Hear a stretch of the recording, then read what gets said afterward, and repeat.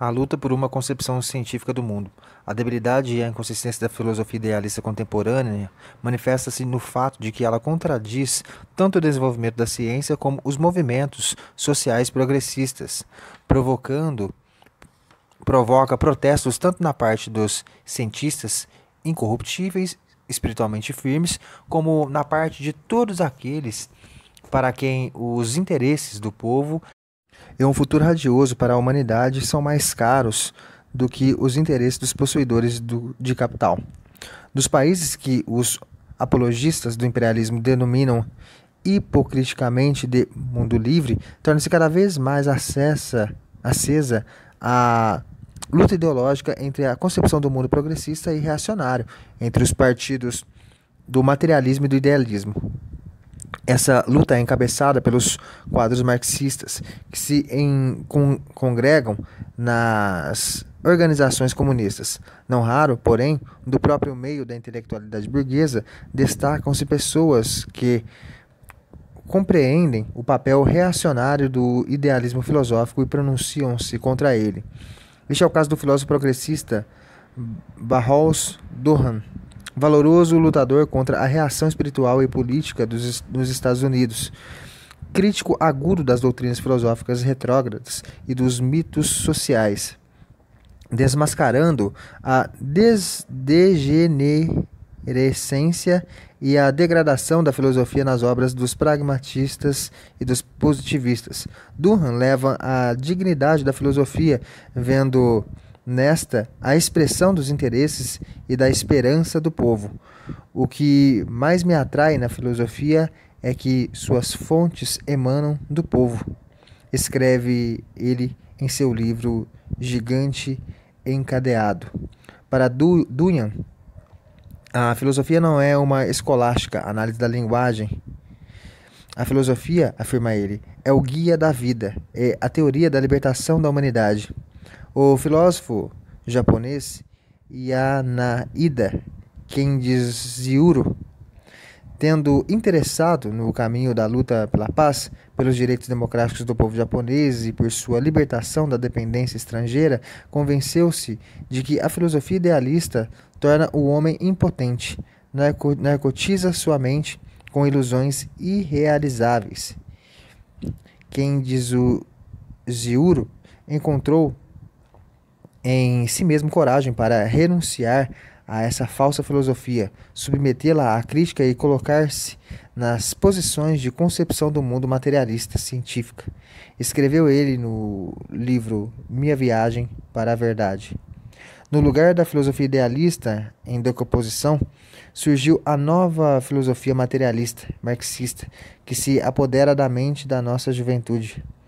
Compreende-se que assim seja, pois, quando mais se aguçam as contradições sociais no país, ocupado por tropas estrangeiras, tanto mais clara se torna para ambas massa a verdade do materialismo dialético.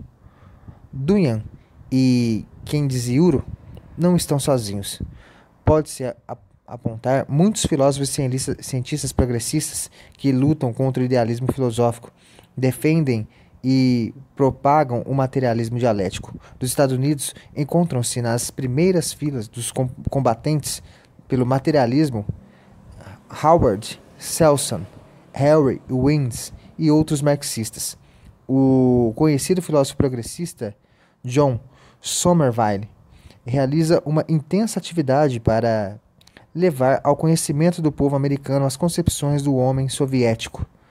Roy W. Sellers, Corliss Lamont e Paul Crosser estão próximos ao materialismo e muito fizeram para o desmascaramento da filosofia idealista. Na Inglaterra, gozam de merecido reconhecimento Cornforth, Lewis, Robertson, os grandes cientistas Bernoulli e Holden, que deram uma importante contribuição à causa comum da luta por uma concepção do mundo progressista. Os marxistas franceses e italianos Garaud e Canapa, Spinella, Luporini e muitos outros possuem grandes méritos na difusão das ideias filosóficas avançadas. Os trabalhos de Elie Guattari, México, Theodoridis, Grécia, demonstram que também em outros países do mundo a filosofia materialista conquista a mente dos homens. Ao lado da defesa do materialismo por homens que a ele chegaram através de uma intensa atividade social e da meditação filosófica, o materialismo obtém apoio cada vez mais forte por parte dos representantes avançados das modernas ciências naturais. Muitas das mais importantes descobertas científicas dos últimos decênios constituíram uma demonstração convincente da justeza do materialismo filosófico marxista. A teoria da relatividade de Einstein demonstrou a ligação indissociável do espaço e do tempo com a matéria e seu movimento, confirmando a doutrina do materialismo dialético sobre o espaço e o tempo como formas da existência da matéria. A física nuclear descobriu a estrutura complexa do núcleo do átomo e revelou muitas partículas elementares da matéria, tendo dado uma nova fundamentação à tese do materialismo filosófico marxista sobre a inesgotabilidade da matéria, sobre a infinita variedade de suas formas. Na física, confirmou-se gradativamente o ponto de vista dialético sobre a micropartícula como unidade da massa e campo, como unidade das propriedades corpusculares e ondulatórias. Os eixos no terreno das ciências físicas foram acompanhadas de vários avanços na química, na biologia, na fisiologia. As realizações das ciências naturais teóricas possibilitaram um progresso gigantesco da técnica.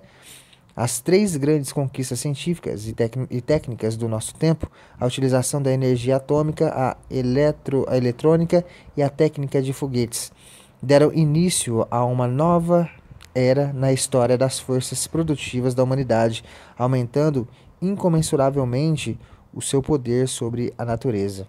Os satélites artificiais da Terra e os foguetes cósmicos abriram ao homem a perspectiva real de sair dos limites da atmosfera terrestre e dominar os espaços cósmicos. Todas essas e outras descobertas e realizações confirmam a veracidade do materialismo dialético e frequentemente obrigam os cientistas de tendência positivistas a rever suas opiniões. É significativo, por exemplo, que Einstein, no último período de sua vida, passasse com frequência crescente a pronunciar-se em favor do materialismo. E também que grandes cientistas como L. Enfield e Louis Broglie, antes adeptos do positivismo, passaram, afinal, às posições do materialismo. Alguns dos grandes cientistas, Bohr, Heisenberg, encabeçaram durante decênios a corrente positivista na física, começaram nos últimos tempos a renunciar a uma série de teses positivistas e a criticá-las.